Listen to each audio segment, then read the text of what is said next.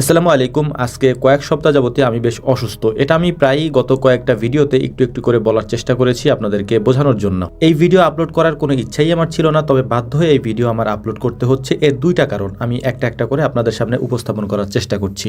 এর পাশাপাশি আমি কেন অসুস্থ বা আমার কি হয়েছে এটা জানার জন্য আপনারা অনেকে আমাকে মেসেজ করেন বা আমাদের যে অর্ডারের নাম্বারগুলি রয়েছে সেখানে ফোন দিয়ে জানতে চান। ইনশাআল্লাহ আমি সেগুলো আজকে বলে দেবো যে কেন আমার এই সমস্যা বা কি অসুস্থতা আমার। প্রথমেই বলে নিচ্ছি কেন এই ভিডিওটা আপলোড করছি। মূলত আমি আমার সাথে কথা বলার জন্য রাত 9টা থেকে 10টা আমাদের যে ফেসবুক পেজ রয়েছে বিসমিল্লাহ এগ্রো, এখানের মেসেঞ্জারে 1 ঘন্টা কল রিসিভ করে আপনাদের সাথে কথা বলি এবং আপনাদের খামার রিলেটেড যত সমস্যা আছে সেগুলি সমাধান দেওয়ার চেষ্টা করি। যেহেতু গত কয়েক সপ্তাহ যাবতই আমার এই অসুস্থতা, এ কারণেই হচ্ছে আমি ওই কল ঠিক মতো ধরতে পারছি না এবং কথাও বলতে পারতেছি না। এটা নিয়ে আপনাদের অনেক অভিযোগ রয়েছে আমার প্রতি যে ভাই কেন আপনি কল রিসিভ করেন না বা আমাদের সমস্যাগুলি সমাধান দেন না। দ্বিতীয় যে বিষয়টি রয়েছে সেটা হচ্ছে যে আমাদের খামারে প্রতি শুক্রবারে ভিজিটিং ডেট থাকে, অর্থাৎ যে কেউ আমাদের খামারে শুক্রবারে এসে ভিজিট করতে পারে বা আমাদের সাথে সরাসরি এসে বসে কথা বলতে পারে। কিন্তু এখন সমস্যা হচ্ছে গত 2 বছর যাবৎ ঢাকার নিউরোসায়েন্সের যে ডাক্তারের কাছে আমি চিকিৎসা নিচ্ছি, এই ডাক্তার আমাদের এখানে আসে শুক্রবারে। তাই স্বভাবতই শুক্রবারে আমার খামারে থাকা হয় না, ডাক্তারের কাছে যেতে হয়। কিন্তু আমাদের খামারে যারা ভিজিট করতে আসেন তারা আমাকে সে না পেলে তাদের মন খারাপ হয়, তারা উল্টাপাল্টা কথাও বলেন।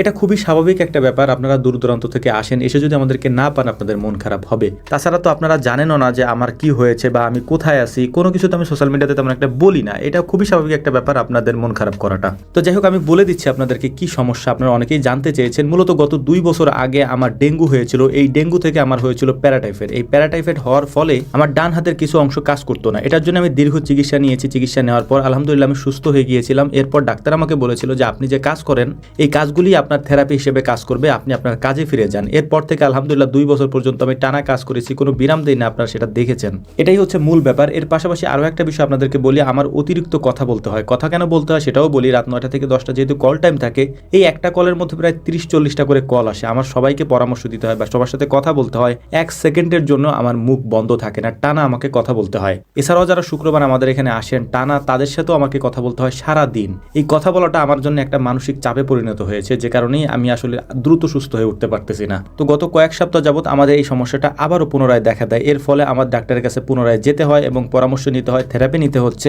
ভাই দিন শেষে আমি তো একজন মানুষ, আমার সুস্থ থাকাটাও তো জরুরি। আমার পরিবার আছে, আমার ফ্যামিলি আছে, তারপর আমার নিজের জীবনের একটা নিরাপত্তার দরকার আছে। ভাই আমাকে একটু সময় দেন, ইনশাআল্লাহ আমি সুস্থ থাকলে আপনাদের জন্য যতটুকু করা দরকার, অর্থাৎ খামার রিলেটেড এই সেক্টরে যতটুকু করা দরকার আমি সর্বোচ্চটা দিয়ে চেষ্টা করব করার জন্য ইনশাআল্লাহ। আমার এই অসুস্থতা গত 2 বছর যাবত আমাকে অনেক কিছু শিখিয়েছে ভাই। আমরা যখন ভালো থাকি তখন এটা বুঝতে পারি না, যখন অসুস্থ হই তখনই আল্লাহ তাআলার কথা মনে পড়ে, তখনই মনে পড়ে যে সুস্থ থাকাটা আমাদের জন্য কতটা জরুরি। একটা অপ্রিয় সত্য কথা আপনাদেরকে বলি, যদিও শুনতে খারাপ লাগবে, তার জন্য আমি আগেই আন্তরিকভাবে দুঃখ প্রকাশ করে নিচ্ছি। সেটা হচ্ছে দেখেন, আমি যদি আজকে থেকে নিয়ে 1 সপ্তাহ পর্যন্ত ভিডিও আপলোড করা বন্ধ করে দেই, সোশ্যাল মিডিয়ার সমস্ত অ্যাক্টিভিটি বন্ধ করে দেই, বা আমি অসুস্থ থাকি আপনি জানতেও যদি না পারেন, তাহলে দেখবেন যে ভাই 2-4 দিন পর আপনি আমাকে ভুলে গেছেন। এটা সবার ক্ষেত্রেই প্রযোজ্য। আপনার অসুস্থতা বা আপনার মরে যাওয়া বেঁচে থাকাতে কারো কিছু তেমন একটা যায় আসেন। আপনি যেদিন মারা যাবেন দেখবেন যে ওই দিনও আপনার বাড়িতে কত মানুষ কত কাজ করছে, সবাই ব্যস্ত থাকবে। এটাই জীবন ভাই। অতএব নিজের জন্য আসলে বাঁচা দরকার, নিজের জন্য কিছু করা দরকার, নিজের জন্য হলেও নিজেকে ভালো রাখা দরকার। তো যাই হোক, অনেক কথা বলেছি, ক্ষমা সুন্দর দৃষ্টিতে দেখবেন আর আমার জন্য দোয়া করবেন যেন আল্লাহ তাআলা খুব শীঘ্রই আমাকে সুস্থতা দান করেন। আসসালামু আলাইকুম ওয়া রাহমাতুল্লাহ।